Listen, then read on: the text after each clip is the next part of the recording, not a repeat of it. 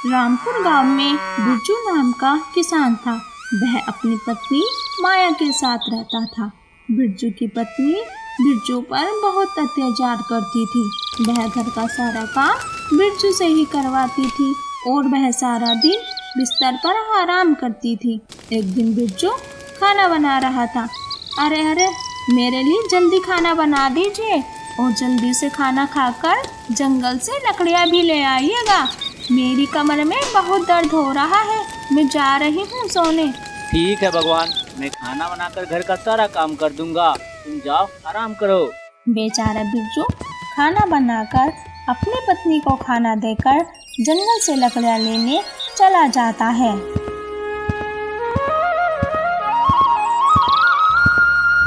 और वहाँ कुछ लकड़ियों को जमा करके बांध देता है। आज तो मैं सुबह से काम कर रहा हूँ। सुबह जल्दी खेत में काम किया, फिर घर जाकर खाना बनाया, अब लकड़ियाँ लेने आया हूँ। शाम को बाजार भी जाना है। फिर बिरजू लकड़ियाँ लेकर घर की ओर जाने लगता है। जंगल में कुछ दूर और चलकर बिरजू को रास्ते में एक साधु मिल जाता है। क्या हुआ बाबा, आप उदास मन क्यों बैठे हुए हैं? आपको साथ क्या हुआ है? क्या करूं बेटा, मुझे बहुत जोर से भूख लगी है। इस जंगल में कुछ खाने लायक भी नहीं है। क्या तुम मुझे एक मदद करोगे? हाँ बाबा, आप बोलो तो सही, मैं जरूर मदद करूँगा। बेटा, इस जंगल में 200 मील दूर आगे जाने पर एक अजूबा केले का पेड़ दिखेगा। उस केले के पेड़ में से एक केले तोड़कर ले आओ। ठीक है बाबा, आप यहीं बैठकर मेरा इंतजार कीजिए, मैं अभी केला लेकर आता हूँ। लेकिन बेटा, वहाँ से आते आते तुम्हें शाम हो जाएगा। बाबा, उसके लिए आप चिंता मत कीजिए, मैं जल्दी जाऊंगा और जल्दी लेकर आऊंगा। इतना कहकर बिरजू केले की पेड़ की तलाश में निकल जाता है। बहुत दूर चलने के बाद बिरजू थक जाता है। मैं सुबह से कुछ नहीं खाया और चलते चलते थक भी गया हूँ, लेकिन कोई बात नहीं, मेरे एक मेहनत से किसी का पेट भर गया तो अच्छी बात ही है। बहुत दूर चलने के बाद बिरजू आखिरकार उस अजूबा केले के पेड़ के पास पहुँच जाता है। लगता है इसी केले के पेड़ के बारे में बाबा ने बताया है। अब मैं जल्दी जल्दी इस केले के पेड़ से एक केला तोड़ लेता हूँ और बाबा के पास जाता हूँ। ऐसा कहकर बिरजू केले के पेड़ से एक केला तोड़ लेता है और बाबा के पास जाने लगता है।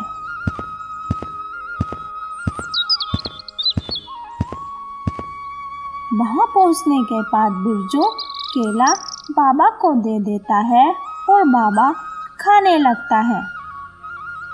ठीक है बाबा, आपकी आज्ञा हो तो मैं यहाँ से जाऊँ, अभी घर पर बहुत सारा काम बाकी है। रुको बेटा, मैं तुम्हें एक जादुई अंगूठी देता हूँ। तुम कोई भी अपनी इच्छा से इस अंगूठी से मांगोगे तो वो तुम्हें दे देगी। लेकिन बेटा ध्यान रखना, इस अंगूठी से तुम्हें केवल एक ही इच्छा पूरी होगी। जाओ बेटा, ऊपर वाले तुम्हें कल्याण करेगा। फिर बिरजू उस अंगूठी को ले लेता है और अपने घर की ओर चला जाता है।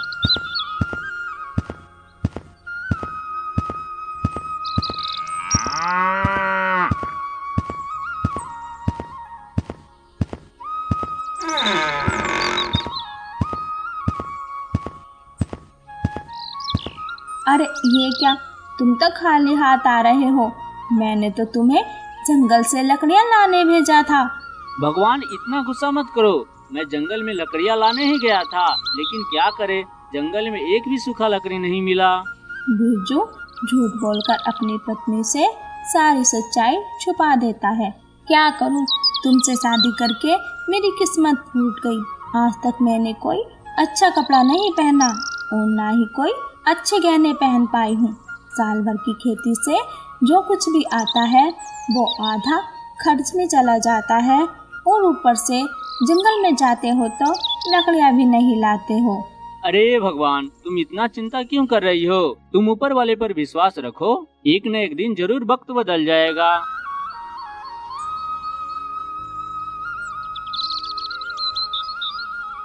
अगली सुबह उठकर बिरजू जंगल में लकड़ियाँ लाने चला जाता है। कुछ दूर आगे जाने पर बिरजू को एक आदमी मिलता है। उस आदमी को निराश देखकर बिरजू बोलता है। अरे भाई, आप एकांत जंगल में क्यों बैठे हो? आपके साथ क्या हुआ है?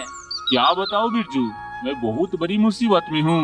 आज रात ही मरने वाला हूँ। अब नहीं लगता कि मैं जी पाऊंगा। क्या हुआ भाई? आप ऐसे क्यों बोल रहे हो? जरा हमें भी बताओ, तुम्हारे साथ क्या हुआ है? मैं एक जमींदार के यहाँ काम करता हूँ। वो जमींदार हमें आज रात को ही मार देगा, क्योंकि जमींदार के एक बेटे हैं, उसके चेहरे पर काले काले दाग आ गया है। और वो जमींदार कह रहे हैं कि आज शाम तक कोई भी वैद्य जी को बुला कर ले आओ, नहीं तो मैं तुम्हें मरवा दूंगा। लेकिन मैं सुबह से ही वैद्य जी का ढूंढ रहा हूँ, वो कहीं नहीं मिल रहे हैं। आप ही बताओ मैं क्या करूँ? आज का दिन मेरा आखिरी दिन होगा। अरे भाई, आप परेशान मत होइए, इसका इलाज तो मेरे पास है। बस आप मुझे जमींदार के पास ले चलिए। क्या तुम सही कह रहे हो? जमींदार के बेटे का इलाज कर सकते हो क्या? तो चलो मेरे साथ, लेकिन जमींदार को नहीं पता चलना चाहिए कि तुम एक आम इंसान हो, नहीं तो वो हमें मरवा देंगे। हाँ हाँ, जमींदार को कुछ नहीं पता चलेगा। मैं एक वैद्य बनकर ही जाऊंगा। फिर बिरजू उस आदमी के साथ जमींदार के पास चला जाता है।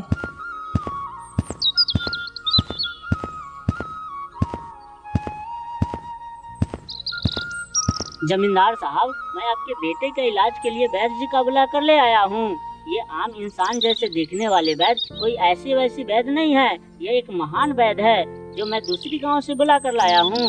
जमींदार यह बात सुनकर खुश हो जाता है। वाह मोहन, तुम तो कमाल कर दिया। तुम तो अच्छे काम किया। आप वैद्य जी घर के अंदर चलिए और मेरे बेटे का इलाज कर दीजिए। फिर बिरजू वैद्य जी के साथ अंदर जाता है। उठो मेरे बेटा, मैं तुम्हारे बीमारी के इलाज के लिए दूसरे गांव से वैद्य जी का बुला कर ले आया हूँ। अब तुम्हारा इलाज जल्दी ही ठीक हो जाएंगे। फिर जमींदार के बेटे की आंखें खोलता है और बिरजू उसे देखता है। इसके बाद बिरजू ऋषि मुनि जी से द्वारा दी हुई जादुई अंगूठी को हाथ में लेता है और उसे याद करता है कि ऋषि मुनि ने कहा था कि इस जादुई अंगूठी से केवल एक ही इच्छा पूरी की जा सकती है। हे जादुई अंगूठी, मेरी इच्छा है कि जमींदार के बेटे के चेहरे पर काले निशान वाली बीमारी ठीक हो जाए। अगर जमींदार के बेटे के चेहरे पर काले निशान वाले बीमारी ठीक नहीं हुए तो बेचारे मोहन को अपने जिंदगी से हाथ धोना पड़ जाएगा। इसके बाद बिरजू उस अंगूठी को जमींदार के बेटे के चेहरे पर रख देता है और देखते ही देखते जमींदार के बेटे के चेहरे के सारे काले दाग साफ हो जाते हैं। यह देखकर जमींदार साहब बहुत खुश हो जाता है। वाह वैद्य जी, आपने तो कमाल ही कर दिया। मेरे बेटे के चेहरे पर काला दाग कितनों दिनों से नहीं छूट रहा है। कितना भी दवा कर लूं, छूटने का नाम ही नहीं ले रहा था। लेकिन तुम तो मात्र 2 मिनट में ही मेरे बेटे का चेहरे पर से सारा काला दाग ठीक कर दिया। ठीक है जमींदार साहब, अब मैं जा रहा हूँ। नहीं नहीं वैद्य जी, बहुत शाम हो गया है। आज रात यहीं पर रह जाइए और कल सुबह 200 सोने का सिक्का हमसे ले जाइएगा। मैं आपसे काम से बहुत प्रसन्न हूँ।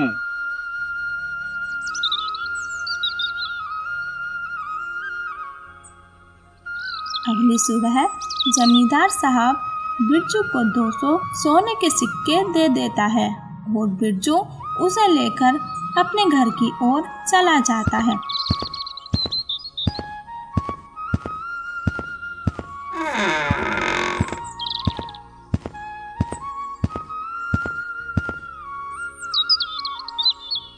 अरे मैंने तो तुम्हें लकड़ी लेने भेजा था, तुम लकड़ी लाते ही रह गए और कल रात कहाँ रह गए थे? मुझे तो तुम्हारा चाल चलन समझ नहीं आता। अरे भगवान, तुम्हें क्या पता मैं कितना बड़ा काम करके आया हूँ। फिर बिरजू एक एक करके अपनी पत्नी को सारी घटना बता देता है। जी मुझे माफ कर दो, मैंने तुम्हें क्या क्या ना बोला। मैंने आप पर बहुत अत्याचार किया, फिर भी आप मुझे एक शब्द गलत नहीं बोले। ठीक है बाबा, मैं माफ कर देता हूँ। उस दिन से बिरजू की पत्नी हर रोज खाना बनाती थी और बिरजू से बहुत प्यार करने लगी।